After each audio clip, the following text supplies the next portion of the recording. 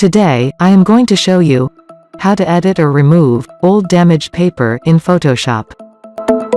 Go to Select option, and find Color Range option.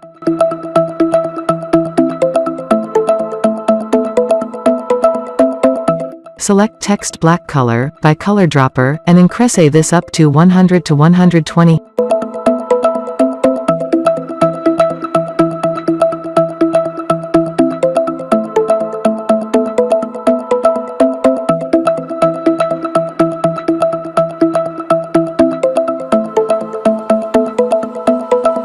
Go to Select option, and click in Inverse option.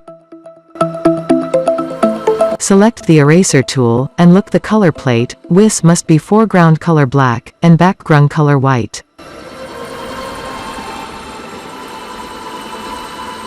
Click on paper, and hold drag.